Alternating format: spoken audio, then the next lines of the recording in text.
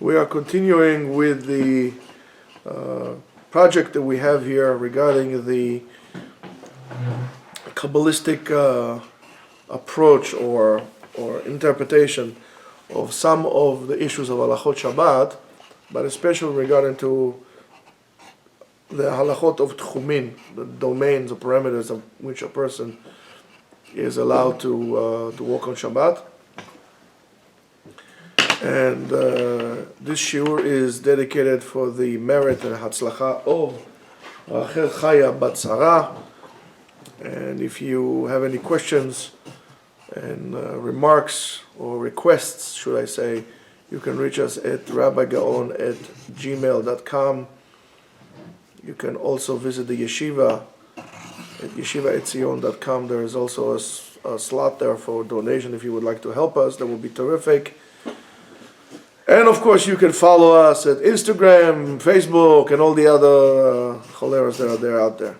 Anyway, so we were talking about the chotamot, the seals, which really represent to or define themselves in the matter of tchum, because it's the same letters. For chotam and tchum, it's the same letters. And we talked about last time about the seal of the emunah, and we talked about the seal of Naaseh v'Nishma, which is the emunah and Maaseh. And now we're going to talk about the different ways, or start talking about different ways and the different melachot, and why they needed to, some we need to do on Shabbat, and some we need to prevent ourselves from doing on Shabbat.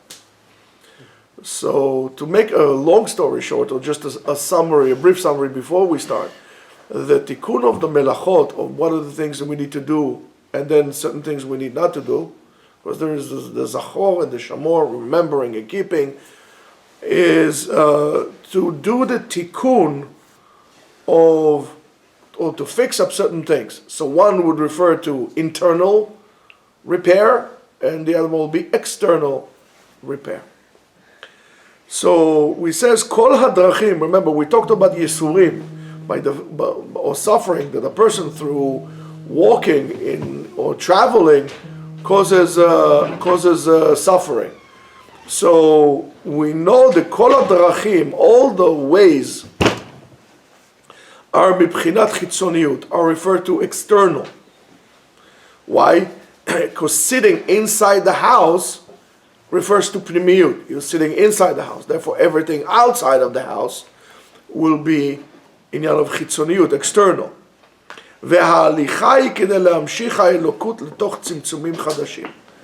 And when we walk, there are many places in which there are certain spiritual constrictions due to actions that people do and so on and so forth.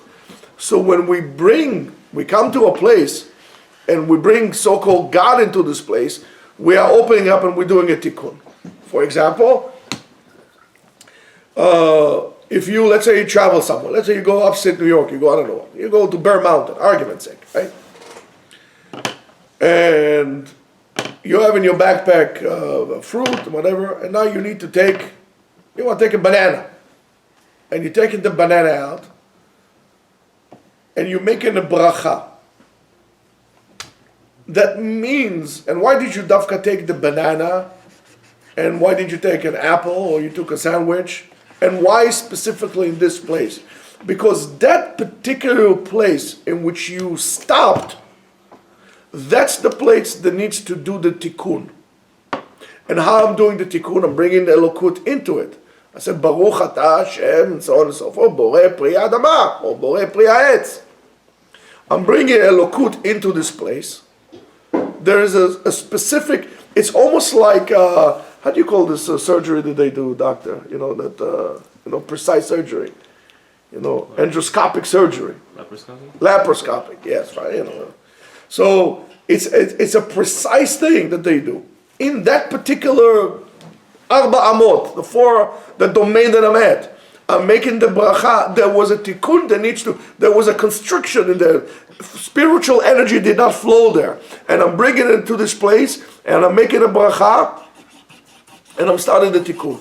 I complete the bracha, complete the process by saying bracha acharona. And what's the bracha? And I'm eating right now, let's say this banana, and of course based on certain brachot and different food items, you can know which part of the tikkun needs to be made, right? Food also splits into categories. And you can look in the Ari talks about different fruits and different attributes that they have, whether it's chesed or it's din, based on the klipot and so on and so forth. So we can tell exactly, if you know specifically, you would know exactly what needs to do the tikkun. So I'm doing so, and then I'm doing the beiru. My body separates the good from the bad. I ate it. I started the tikkun. I did the beiru. I did the separation. And then I said, I completed that tikkun of this place. Certain places, I guess, need more tikkunim than the other. Now, you would say, listen, what are you talking about? I don't know anything about these things. Spiritually, we are all connected. The problem is that the transmitter that gives us the reasons why, so some people is a little clogged. But every Jew has it. And again, think about it this way. A Jew goes to I don't know, where should he be going now? Nepal or India. And they go over there, and it's amazing. You see sometimes, I saw a documentary about Israelis in India. It is ridiculous. You have a whole, and it's for me, it was, at the beginning, like I said, oh, what a sense of a missed opportunity. And to some extent it is. You see Pesach in Dharamsala. Dharamsala is in the foothills of the Himalaya. So they have three different groups of people making Pesach there. So there are those who really wanted the traditional Pesach, and there are those who wanted a little bit, and there was one that brought guitars and they're singing, and I said, what a missed opportunity. And then I said, maybe it's not. Because when you have something like, I don't know, 200-300 people there, and some guy, yes, he says this to a microphone. And he says, Borei Priya Gefen Shechiyanu V'ki, and then few hundred people all saying, Amen. There's something happening there. Yes, it's a missed opportunity because it could be done in a more complete, on a higher level, done appropriately. But there is a tremendous tikkun, and I guess that's why a lot of Israelis go to India and go to this place to do the tikkun of the place. We need to fix the place. That's why it's very important to say baracha. Even if you don't have the proper kavanah, then let's say you're eating this, and this is mipchinat chesed, v'zeh betzad yamin, and this is betzad small, and and so on and so forth, and this is behod, and this is bechesed, v'zeh benetzach. Let's say you don't know these things. But still, the fact that you do it, you're saying a bracha, it creates a tremendous, it removes the spiritual block. And because the spiritual block, not only us, the Jews, benefit, everybody benefits there.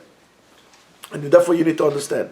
So that's the tikkun that we are doing this. So we're bringing the elokut into this place by doing this tikkun. Therefore, for every psiyah, every step that a person is making, he comes to a different place that over there needs to be tikkun. That's why now you might understand and it might make sense to you, why do we need to do belech techa baderech? Because I'm not supposed to eat bananas, let's say between here, let's say I need to go from here, 30 blocks down.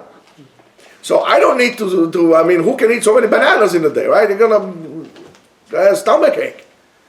However, so how do I bring the tikkun?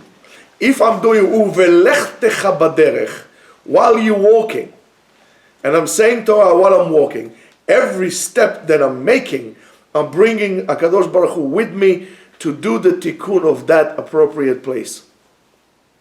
That's why you're missing out, Rabotai, when you're talking on the phone while you're walking. My grandfather, Alav Shalom, I told you, he used to walk in the street, he used to sing Shir HaShirim. He knew Shir HaShirim by heart. He knew many other things by heart. But he was thinking, and not only that, he was singing Shir HaShirim. I could hear my grandfather walking down the street because, where he lived, it was a very quiet place. The streets were very, very narrow. And you can hear him singing. Ani havatzelet hasharon. He used to walk in the street and sing Shir HaShirim. He knew Tehillim by heart. He used to go like this. That's crazy stuff. But, so every step this guy made, was a tikkun for this place, because he was mekayem belechtecha baderech. So let's say, for example, you don't know Shir HaShirim by heart. So what do you know? You know the song Eviani El Betayayin. So what are you saying? Vediglo alav, right? So you're basically singing a part of Shir HaShirim, right? So every time you walk in the street, try to do this. Sing a song like this. So now what happens to you? You are doing the tikkun. And Rabotai, there's also the same thing when you walk in a car, or you're driving your car, right? Put some. Even if it's begeder a song, even if it's a tikkun haklali, Erez Yechiel. I love it. The stuff is like, So driving the car and listen to tikkun haklali, and you're making a tikkun, and every whatever it is that you drive. Even if you're not saying it. Even if you're not saying, you bring in a lakut with you. It's very hard to listen to Erez Yechiel without getting inspired. I mean, the stuff can bring me to tears, even though it's like already like 20 years since I put it out. I mean, I just love that stuff. It's so wonderful. It's so wonderful. So that's what we do it, because and of course everything when you make the tikkun, everything mishamayim, mikol ha'olamot ha'elyonim will come down to this particular point to fix it. So you're basically creating a chibur or connection. And what's the tikkun? What's the tzimtzum? The place that you made the bracha was disconnected from shamayim. So it's imagine it like this. Imagine heaven and earth are one unit, right? Bereshit bara Elokim et hashamayim ve'et haaretz. So it was one unit. Now comes one chachmolog, he started making holes. So instead of having a block, you're having a sift. With holes in it. What you are doing, when you're making the tikkun, you're basically plugging it. So you bring in the shefa from the Olam Elyon back to that particular spot. So therefore the shefa spreads all over. Again, now you might understand why when Jews are free to do the Torah in that place, whatever place it will be, that's why the place flourishes.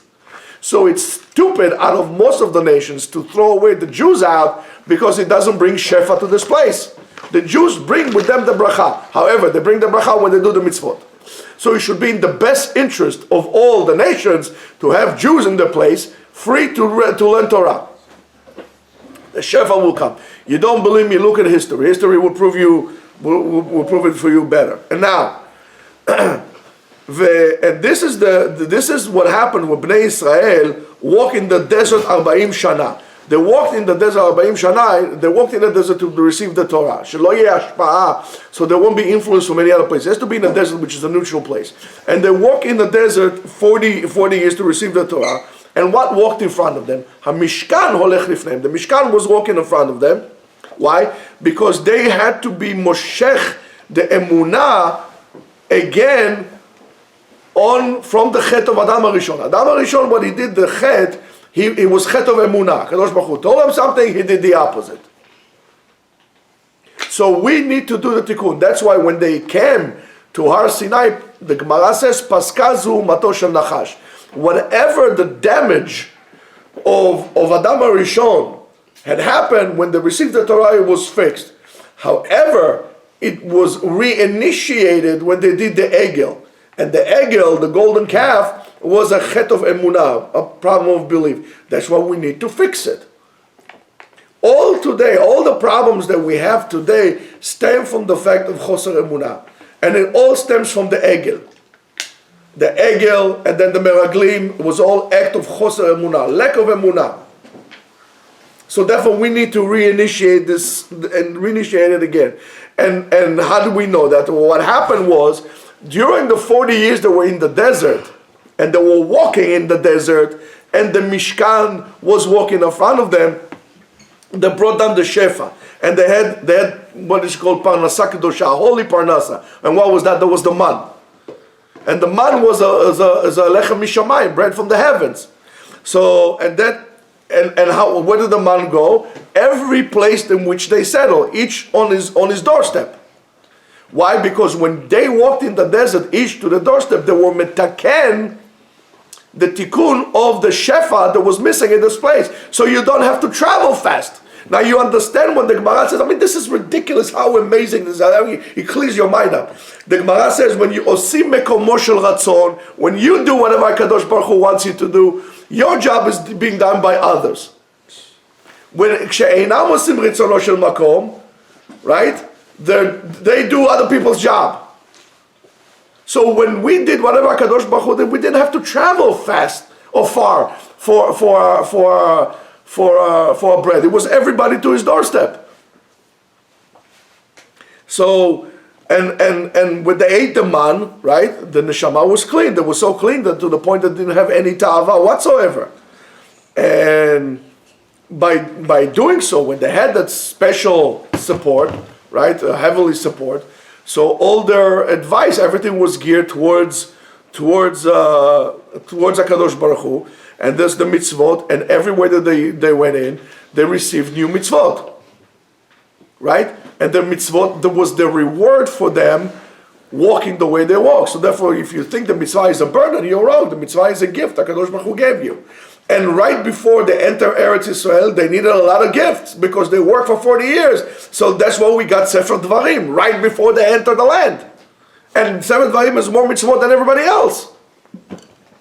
And if you think about Parashat Ki Tetzeh, right? Ki Tetzeh v'Chi Tavo has the most mitzvot in the Torah. Because when you go to a milchama be'oivecha, when you are willing to fight the Yetzer Hara, which is the Yetzer of Choser Emunah, HaKadosh Baruch Hu gives you a lot of mitzvot. You see it in that parasha. It's like this. Now, every time you are mitgaber on your Yetzer Hara, you get another mitzvah, another zchut, and the zchut that you get is to be mekayem the Torah b'shlemut. You get more opportunity, right? Mitzvah goreret mitzvah. Now, avera goreret avera is why? Because you created a chisaron. Mitzvah goreret mitzvah because you're doing more things, so you're more connected. You're doing, one causes the other. That's why to make tshuva, a person makes tshuva, it's like a dynamite. He makes tshuva from all his heart. Only then is tshuva mi'ava. At that point, he's reconnecting all the other separation that he made, and that's the reason why called averot nasot zchuyot. But only if he does it from love. And by doing so, if we're going to do so, therefore the galut is going to be mitbatel. We're not going to be in exile anymore. And we'll be able to go to Eretz Yisrael. And that is going to be the tikkun of the emunah. Now, tikkun of emunah will come satmas and will tell you, well, that's exactly what it is. We have to wait. The emunah is not to push the end and not to demand Mashiach now, because if a problem of emunah is you don't demand it. Right? I should, instead of saying, I want Mashiach now, I mean, who am I to say it to God? I should say, Kadosh Baruch Hu, help me fix my emunah so Mashiach will come whenever you want it to come, but help me now with my emunah. So the tikkun that we need to do is the tikkun of Geulah is the tikkun of emunah. We're going to talk next time about the other aspects of Tchurim, but this was an introduction for that. Have a wonderful and glorious day.